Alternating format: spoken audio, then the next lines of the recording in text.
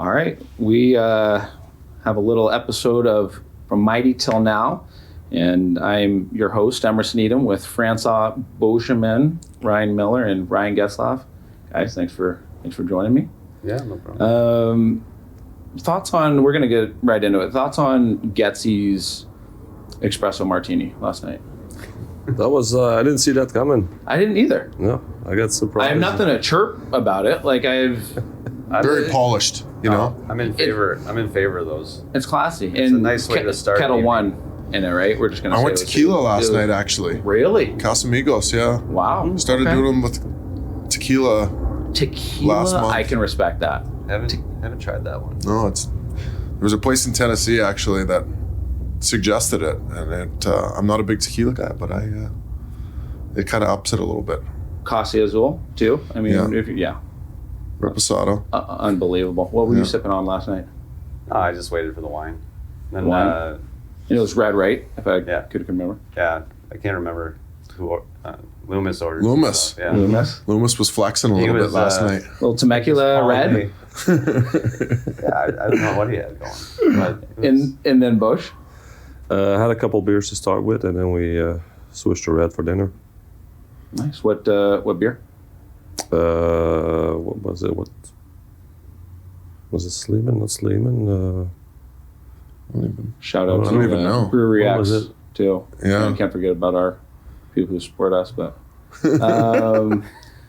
so we're staying at the Pendry and fill me in last night. What was the place called that we chopped it up at? It's their private club here. The private club here at the Pendry. It's the Italian restaurant, so it's really private. It was a nice spot. Really private. It was very personal. It was a fun time. It was a fun afterwards time. we went. This must be your suite up here, huh? Yeah, I'm looking at the ocean view behind you, and it's my show. It's my show right now. Yeah, I didn't get this room. I'm looking at a parking lot or something. Here at the Pendry. Getsy, how's your stay been? It's only been one night, but one night, yeah. No, we had a really nice time last night. It was great getting together with everyone, and dinner was great. Drinks were great. It was. I got no arguments, my friend. I heard. Rumor has it you're staying in 2 suites right now with the fam. That's the rumor on the We're street. A circus. Can you confirm? We travel as a circus. I don't know if you call them 2 suites. Like I said, I don't have this. So this is wow. This is a nice suite. I have 2 adjoining rooms. How about? Shout out to Duckstream for hooking it up. Taking care of us. So how is it with the Getzlaf fam? Like, is it hectic in the 2 rooms or no? It's a circus. It's a circus? Yeah, we should have actually started this down there. It would have been epic. Yeah. Just mic up everyone. Yeah. Yeah. 4 young kids bouncing around and jumping from bed to bed.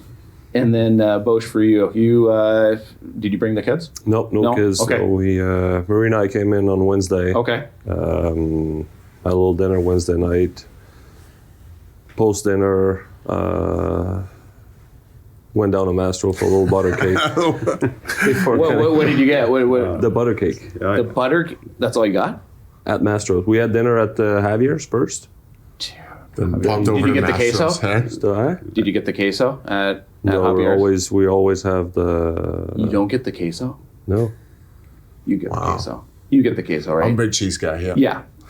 Queso fundido. started Next off time, get with- the queso fundido. Yeah. Never tried it. Unbelievable. Really.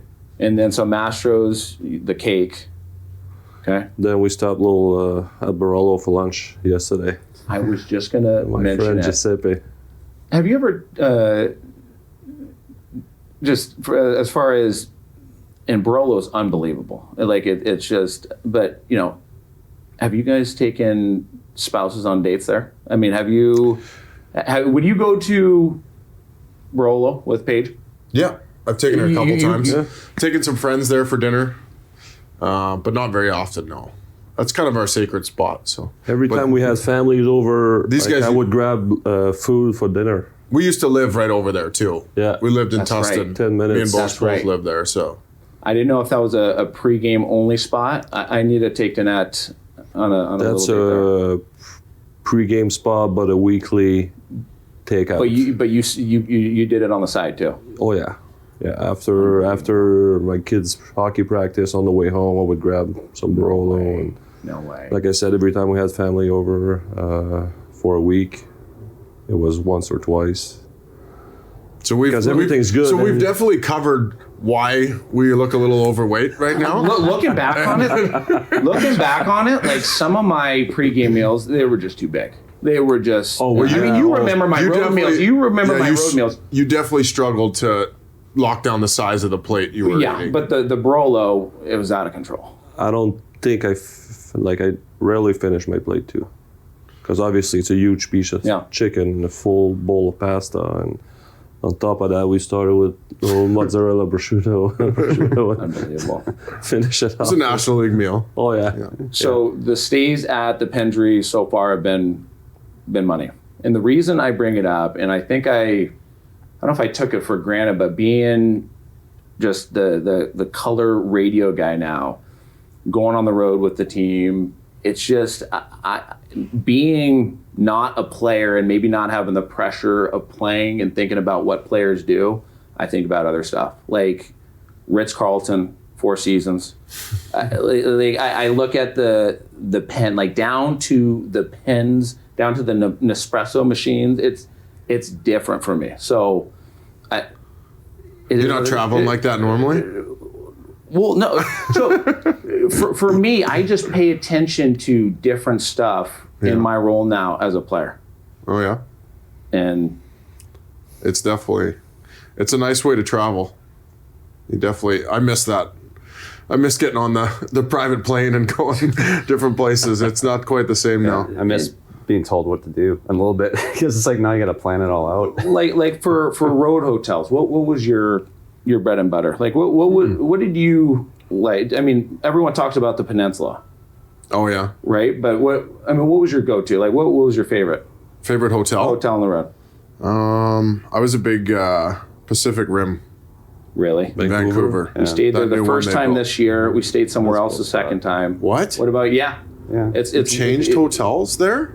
Don't shoot the messenger. Yeah, I'm Don't- gonna need to talk to. No, you got to talk to someone. Millsy, how about you? I'm gonna go off the rails here because no one really liked the hotel, but I liked it because they had the best lunch. It was St. Paul at the St. Paul St. Hotel. Paul, The Minnesota. St. Paul. Wow. Dude, that like place the was like Complete old school, hey? that No place air was like a conditioning. yeah. soup. The Millsy, chicken noodle soup. Millsy, that place was like a dorm Chicken. room. That was the best Hey, soup. chicken and rice It was soup. like an inch. The door. It was like an inch off the floor, kind of thing. Yeah. Well, it didn't have air conditioning either. It was just you Chicken were and rice either soup cold and, or hot. That was it. They didn't. I like the soup that much, man. Wow. The chicken rice soup. Yeah. Love that. Yeah, really good soup. See? I You could remember say- that, Bosch? Like, oh yeah, yeah. We stayed there a lot too. Oh yeah, they still stay Oh there. yeah. Yeah. It's probably the worst hotel in the league, though. It's the only hotel that has never been renovated in my whole career. You know what's a nice one? Waldorf, Vegas. Yeah, Yeah. that was nice. Unbelievable. All Yeah. the Vegas ones. But that's a newer one, right? I mean, it looks new at least. No, it's Unbelievable. nice. Yeah. Unbelievable. We're locked in that earlier in my hotel for career, a I whole really COVID. liked the Crescent Court in Dallas too. Oh yeah. That's a nice one. Don't That stay was there nice. anymore, though. I don't think. Or maybe they do again. I can't remember. Do you in Dallas? We stayed You at guys the Crescent. there? We You stayed at did? the Crescent. Yeah, They finally remodeled it, I think. Right? yeah. Their pens are average. Pens are average.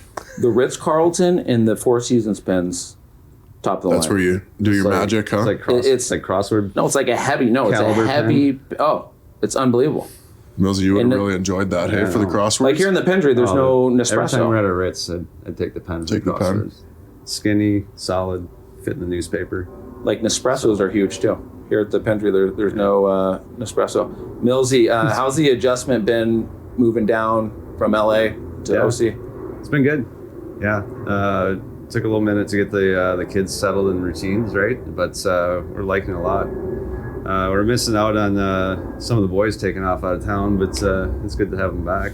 Let's get to that. Let's get to that. I couldn't be more disappointed, Getsy, than you taking off to Nashville. Yeah.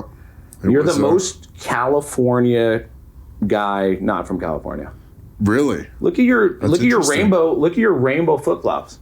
Yeah. That's I'm unbelievably like a chameleon, Cali. but I just adapt. I wear cowboy boots in Tennessee, and Do you? And a cowboy hat? I've been known to bring the boots out. No, I don't wear cowboy hats. My head's too small. I was going to say too big. That's too small. No, I got a tiny little head. Custom. Yeah, but it's still, the hat looks big on my head though. Even if it's the right size, it's still like a bobblehead kind of. Country music. I know you're a big country music fan. You've always been. I mean, who you listen to now? Like who? I like everything. Morgan Wallen's probably, I got tickets for his upcoming show. He's one of my favorites right now. So, but What about John Party? Yeah. Enjoy his.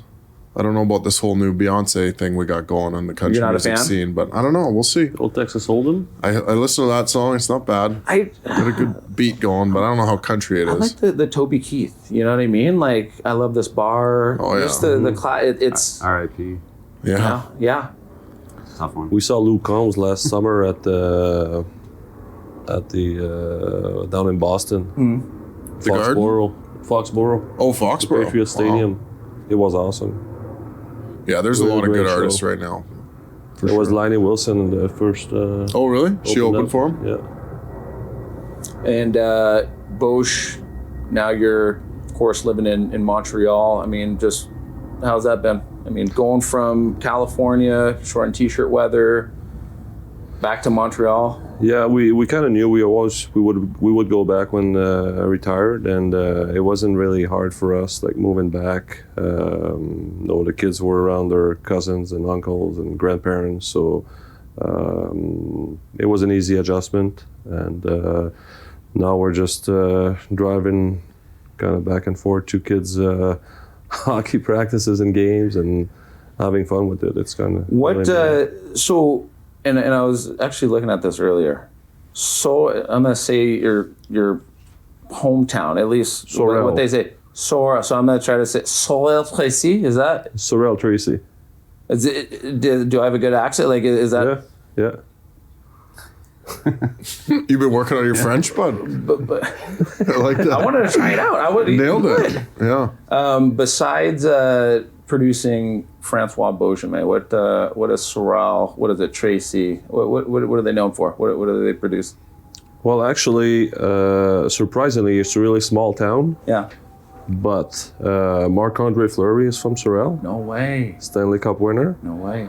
And Aubé Kubel, who played Yeah, in Washington, yeah. won the Stanley Cup Yeah. as well. Wow. So we had the Stanley Wow. Cup in Sorel Tracy 3 times in the last 15 years, if you want. Wow. So Anthony Beauvillier, Yes. he's from Yeah. Sorel. Jeez. Yeah. You guys do anything else up there? We talked about Getsy's country. Seems like you're into the country music. Mm-hmm. Beauche, what's on your playlist, Millsy? Not country. Sorry, boys. Got kids music. Yeah, a lot of Moana going on right now. Moana. Yeah. Nice. Yeah, my daughter Kaya, she demands it. I mean, we're trying to put some music on, and it's just from the car seat. She's not into the Make Taylor way. Swift yet? No, not yet. I'm sure she'll get there. But Yeah, my daughter just started it. oh yeah. Good luck on tickets, bud. No, I don't know. We ain't going to no shows. I've been hearing people talk about getting tickets to like Taylor Swift and all the stuff for their kids and everything. They're just like grinding on the computer and like just like waiting for the queue to enter, and they're like, and you got 10 minutes to enter all your information, and you got to pick a seat, and like I'm like, oh my god, that's crazy. Unbelievable. Millsy, you're now working with the Sharks after years with the PA. Just take me post-playing career, starting with the NHLPA, and just how you got to be a part of the Sharks. Yeah, well, when I ended up helping out the NHL, actually with a competition committee in hockey operations. So I had known Kay Whitmore through, competition committee with the NHLPA, and when I got finished, he was like, oh, I need some help, and maybe see if you like it. So I was helping out in the war room and some rules decisions and stuff like that. So I did that for a season and a half. And Mike Greer's the GM in San Jose now. He's an old teammate from Buffalo, and he called me up and asked if I would be able to help him out as he started working up there. And I put it off for a season because Kaya, my daughter, was just born. Didn't think we'd have a whole lot of time, but took a step forward this year, gave them some more time, and it's been good. Learning a lot. Been scouting and doing development all for the goalies up there, and it's cool. And Getsy, can we say it's cowardly that he's working with the rival team up north? I mean, Cowardly. I don't know. It's just a dog eat world out there, but you work where you want it. Well, I don't know. It's just like, Well, you go where you go where the job is. I know, but it's rival. It's like Speed's doing that to us, you know? Well, but, hey man, we love hockey, love being a part of it, and I wasn't looking for a job. Guernsey called me and said, "Hey, we would value your input, and we have a position for you." I didn't get that same call from the Ducks or the Sabres for that matter. Yeah. Or did Getsy have anything to do? Did Getsy not give you a call? Or are we blaming Getz on that one? I think Getsy wants to see how I develop. You know? He needs to see something out of me. Yeah. I don't think Getsy can hire anybody. Don't worry. Getsy, for just listeners out there, I mean, specific title, role, how it's been going for you post career. and are you like what's your? I don't know what the specific title is. Hour by hour work life these days post career. Yeah, it's a grind. I think I work 3 or 4 days a month, and it's no, it's been good. I've been able to do some different things and stuff, which has been kind of what I wanted to do, was kind of experience different things in the management side. I've been doing the player development thing this year, and going to see some of our young players out at college and whatnot. But we'll see how it goes. I'm starting down this new Hockey Canada path now too, where I'm getting to be a little bit more involved, which is going to be fun. And I mean, what are your aspirations? Post-parent, like what's at the top of your list for things post-career? Like, I mean, you're in the player development role. I know it's, I mean, what? Yeah, I mean, ultimately I don't know that the player development is where I ultimately want to be, but it's nice to go through it and learn what guys do and that kind of stuff. I think my end goal is probably to be more in a assistant to the president, something like that, where I'm a little bit more involved in the overall operations of the NHL team. But you got to kind of learn how things operate from the bottom up, I think, and I'm getting to do that a little bit. And like I said, this new Hockey Canada role, I'm going to get to see firsthand what it's like to deal with different GMs and stuff, and pick teams through that whole process. So you're cut from that cloth. You just really are. that upper management, I can see it right now. Yeah, I just like it. It's I like the view of building something. I think is kind of what I'd like to do. So we were just in Calgary. Muggsy shouts across the room, "Hey, wasn't Calgary the place where you did the bear spray?" So I'm going to bring up the story of me and the bear spray in Banff. Do you remember that? Oh yeah. Yeah. I do. So it was playoffs. And this is it. Muggsy just literally, "Hey, Eats, remember that time in Calgary, the bear spray?" So I got to tell it now. So it was me, I think Clayton Stoner, Gibby, I think Ski, me being a California, I don't know, not in the hunting, I don't know, Regina, did you hunt back then? I never hunted. My family all hunts. But okay, Bosch, you hunt now. Bosch is a hunter. Yeah. Millsy, yeah? Yeah, I grew up learning how to do it in Michigan. So bear spray, did you guys know anything about the sheer velocity of the rate in which bear spray shoots out in the distance? Yes. Mm-hmm. So you knew via just being an outdoors junior. Mm-hmm. Well, that's the idea. You want that bear far away from you. Okay, well, yeah, I understand it now, but long story short. Concept now makes sense. Long story short, we grabbed the bear spray from the front desk. So we're going on this walk. We had probably a day off, I think, and we're going on a walk. It was probably half mile deep into the woods, turned back. We weren't even using the bear spray, just, shooting the shit. And came back.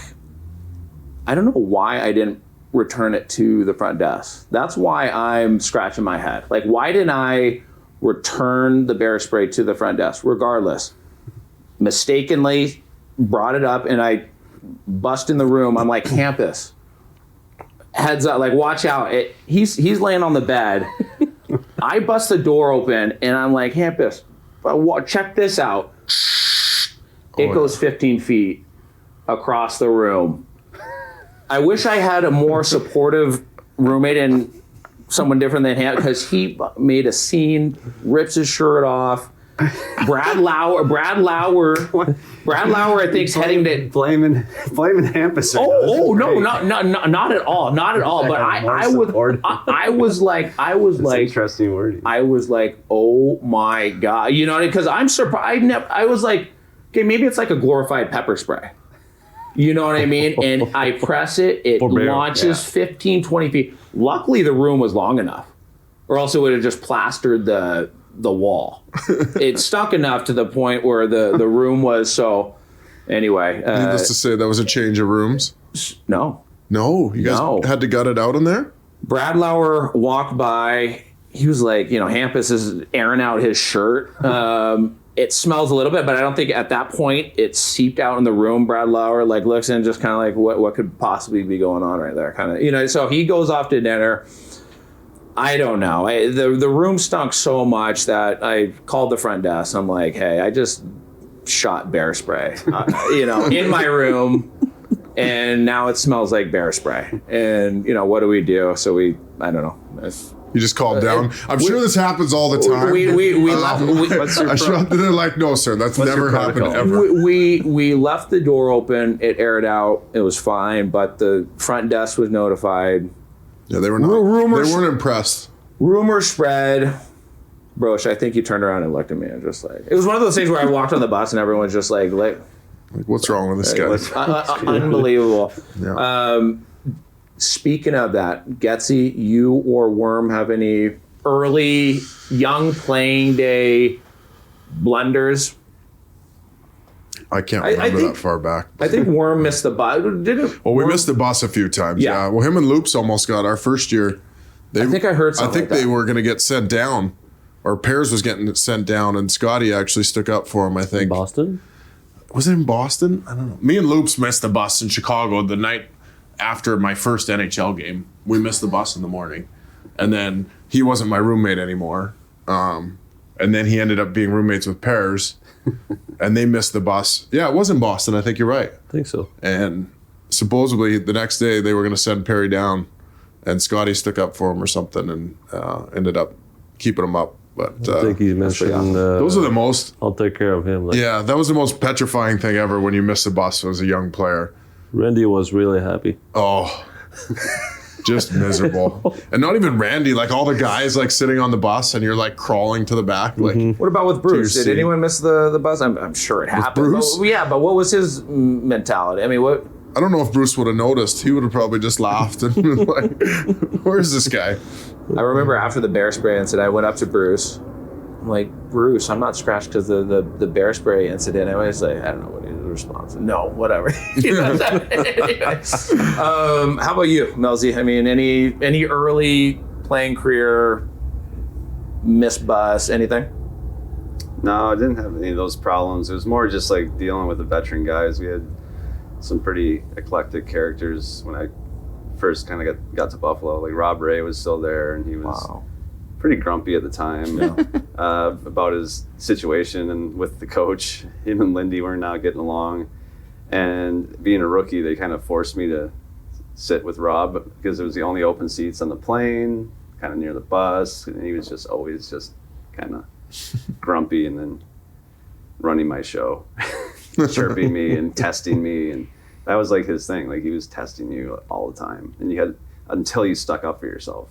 And he pushed me for like a long time, and like he was like chirped me after like a goal against in the locker room in between periods, and I finally like just lost it on him because he was like, "Oh, look at the golden boy! I thought you'd like make a save or something like that." I was like, "Oh, well, it's not like you're getting any ice time razor. Like, you want to come help me out there?" And he thought it was great. He seemed like funny. He thought it was like great. He finally stuck up for yourself and he left me alone. That's awesome. He's a great guy, but it's funny how that all works. I think I tagged him in some kind of a Instagram, social media, maybe story or something, and he DM'd me back and he was like, "Hey, thanks for whatever." I can't remember but he took the time to, no, he's a nice reach guy. out to me. Yeah, he's big personality. Yeah. when he was playing for sure. But it seems like he's calmed down quite a bit now. And then Beauch for you. I mean, any early playing days? I think when we first came in, Ruslan Saleh was kind of giving it to us. Eh? Oh yeah, Rusty was in practices or any day, and on the plane, we would play cards, and he could be pretty angry. Oh yeah, he didn't like it. He didn't like it when he lost. Oh yeah. Uh-oh. And the whole plane knew it? Oh yeah, you could hear him from anywhere.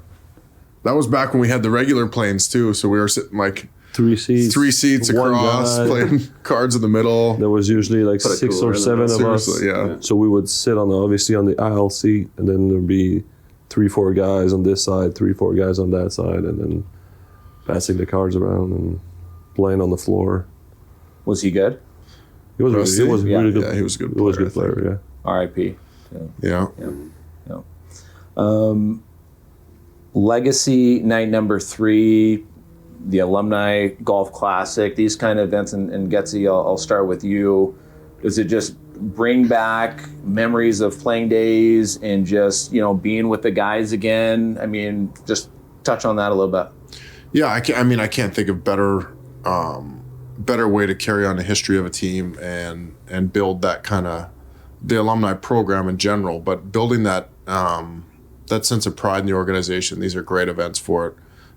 Getting the guys together, I think that it's something that we're trying to do more and more. But yeah, sitting at dinner last night, just telling stories about back in the day and all that stuff. It's awesome. It brings back so many great memories that we had when we were playing, and it's great for the fan base and the current players for that matter. I think it's very important to be able to look back and understand the history of the team and to help building on it. Millsy, favorite Ducks playing career, on ice moment and off ice moment? The first year I got here, we went on a nice run get to the playoffs, and that was exciting for me. Had some lean years in Buffalo. I got a chance to get a couple more playoff runs in St. Louis and in Vancouver, but then we had a couple lean years up in Vancouver, as you know. Yep. So getting on the team, having a good run that year was a lot of fun. It was exciting again. And then I think off ice, I was just kind of more impressed with the support for the team in the area. I guess, played most of my career out east, a little bit more out west later, but really didn't get that time spent around the area of Orange County. And then obviously when I moved out here in LA and got to know the area a little bit better, really blown away by the fan base and the support and the reach that the Ducks have in the area, and the vibe around the rink was always great. And Beauch, how about you? I mean, just favorite Ducks on ice, off ice playing career?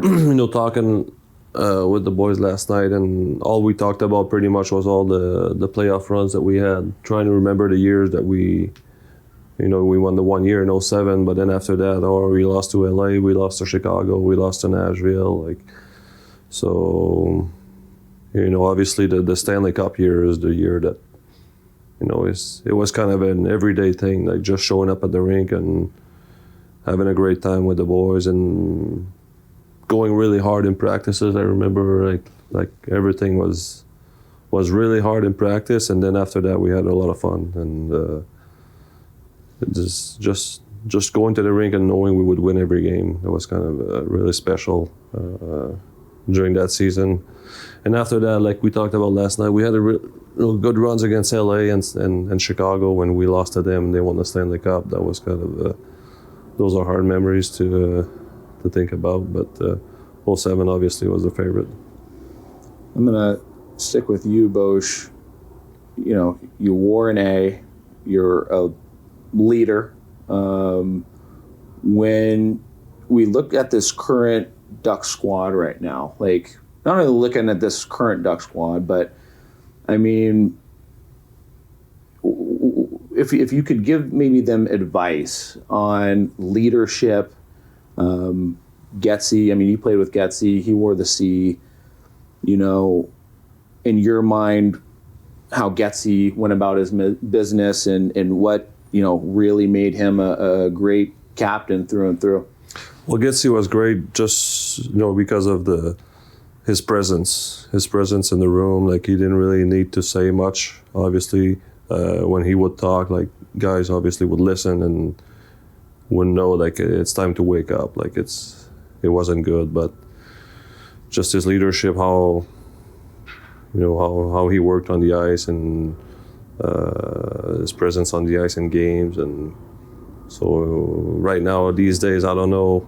I haven't been around much and haven't seen too many games, obviously, being on the East Coast. Watch a few periods here and there on Sundays when the game's at 5 here and 8 back home. But it's, you know, going through tough times lately. So it's going to be every one of these guys that will have to step up and get out of this thing.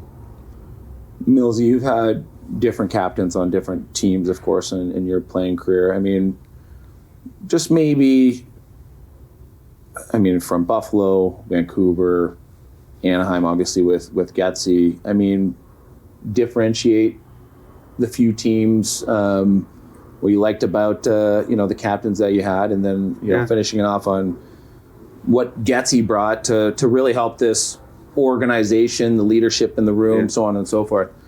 A lot of different styles. I think that's the common denominator of all the captains is simply been a presence. It is a player that all the guys can respect and look towards. I've had guys who are more vocal. I've had guys who don't say a whole lot, but it's always about the presence. Are the kind of guy who shows up? Are they going to be an everyday kind of guy? And that's what you need out of your leadership. Getzey certainly brought it every day, but we all know Getzey's demeanor as well.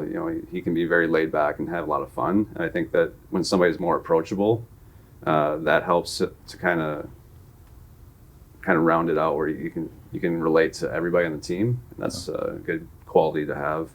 And as far as the current club, I think it's hard when you go through some lean years and you're looking for that North Star, and you have some guys cycle out. And I've been on teams where you watch guys go away, you watch guys leave, and you got young guys trying to find themselves. And they're going to have to find a way to all kind of come together, have a common cause. And you saw it was a good start for the Ducks, but NHL is a tough league, right? It's an everyday league, so you want to find those everyday players, and I think that's just part of the process, what they're going through right now. You got to find the everyday guys, and the guys on the club right now can't take it for granted. That you got to be an everyday player, or else you might not find yourself in the NHL every day.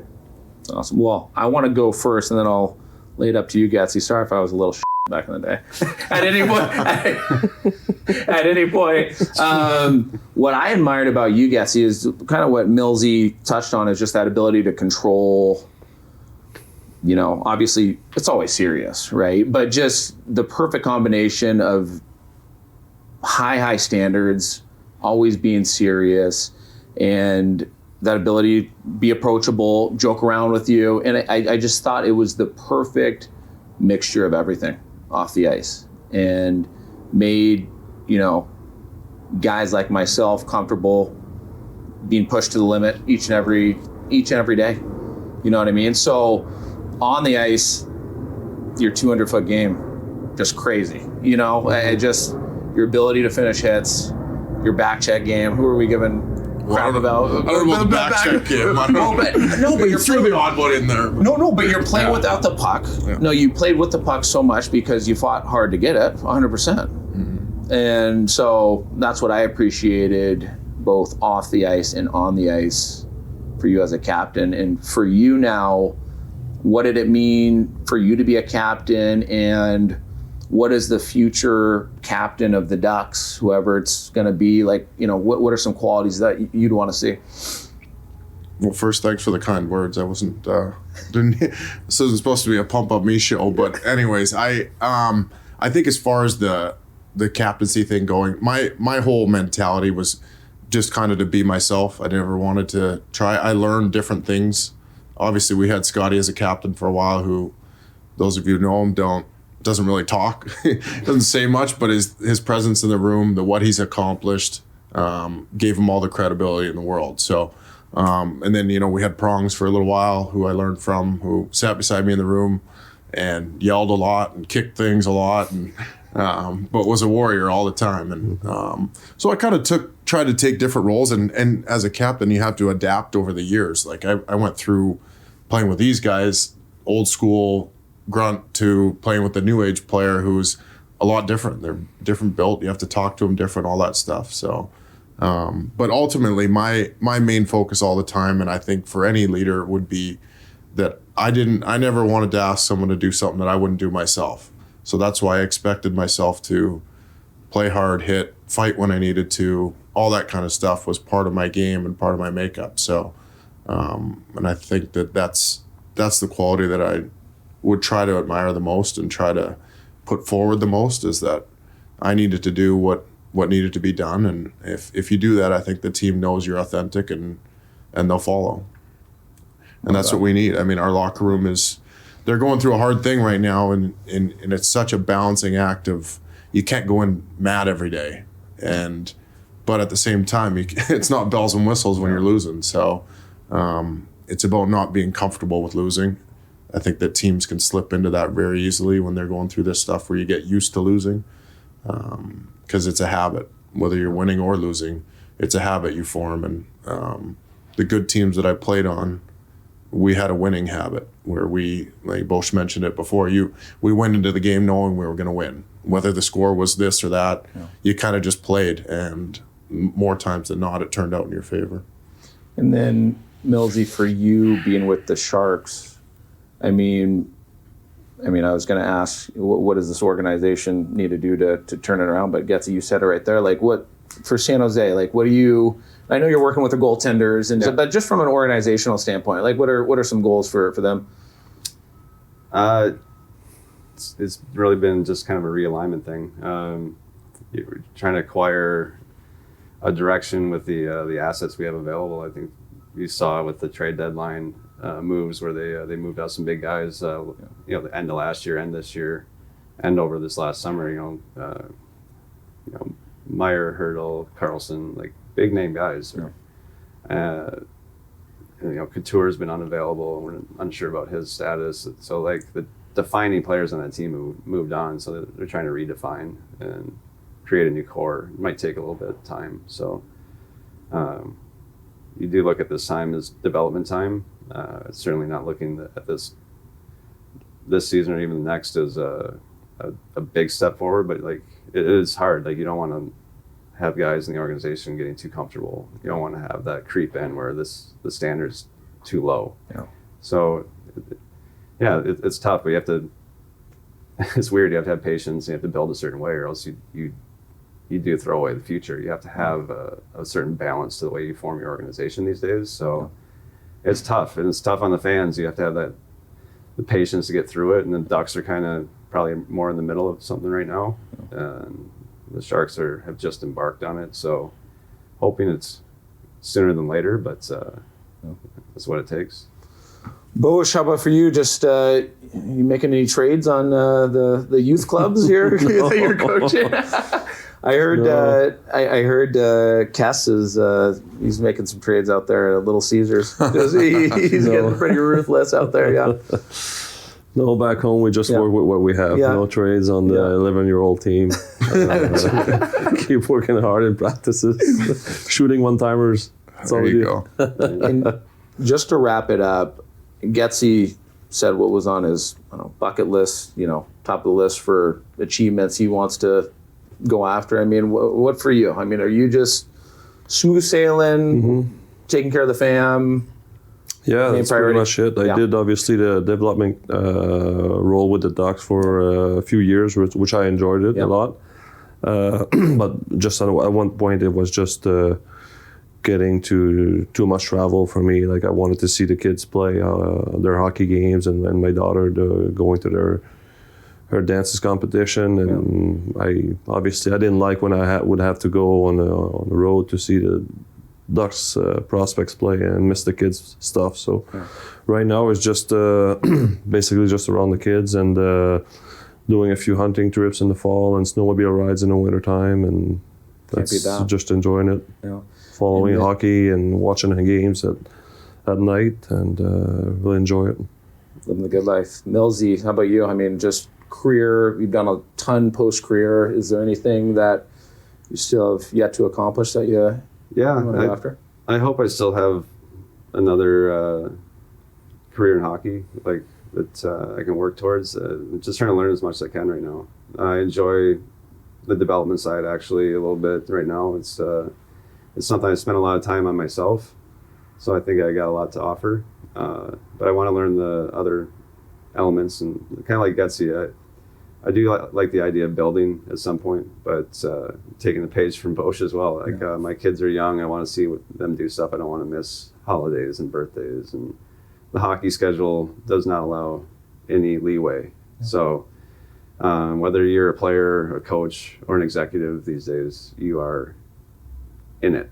So I'm trying to balance that right now, and just I'm enjoying the family time, and when the time's right, I want to re-engage with all the stuff I've learned. Then just spending time acquiring that knowledge and watching hockey and trying to be a part of it a different way. And I'm glad my son plays, and glad my daughter's having fun as a 2-year-old. So we're all good. Unreal. Yeah. Getzlaf, not coming out of retirement. It's stamped. There's no big comeback story for you. There's no Solani comeback. No, this guy. I tried to skate in the Hall of Fame game, and it wasn't pretty. I was pretty tired after the first 45 seconds. You were still towing out there. The toe drags. Toe drag was still around. But couldn't score to save my life though. So. Which is normal. 45 seconds is a pretty long shift. That was a long shift, yeah. Well, I was used to, me, I was more of a minute 5 kind of guy in the NHL. But. Beauche, Ducks could use your clapper. Are you? Any thoughts about any coming out of retirement? No. It's been 6 years already, and I play once in a while on Wednesday nights with my buddies to go have a couple beers after a game. But just first pass. That's all. You just round the net, just sling it and try to get up there and use the clapper. That's it. Not passing past the blue line. I'll just be here, boys. Millsy, well, the Ducks tendies are for sure on point. But Millsy, no, you're no coming out of retirement. Getzlaf and I played in that game together. Oh, really? Yeah. Well, Millsy had to play the whole game too. Yeah, it was. The old veteran. I felt good, but the next day I didn't. Was he stopping or was he letting in everything? Oh no, he looked good out there. It's normal. But yeah, I felt good. Yeah, it's more the next day that's always the problem. Day, I honestly, there was one shot I lined up on it and it went wide. And as a goalie, like you already start your save. And when you're in shape, you can stop your save and you can get up properly. And I let my leg go out and I started, my brain wasn't working because I'm thinking I'm playing hockey, and I didn't stop myself properly, and I felt it, and I was like, tomorrow this is going to suck. And the next week was just tight, right? So I was just like, that's why you train. That's why the 20-year-olds are playing. Fans, you heard it. They're not coming out of retirement, so stop asking. Thanks for tuning in for another episode of Mighty Until Now. And guys, Beauche, Millsy, Getzlaf, thanks for joining. Thank you. Thanks. Thanks. Thanks, bud.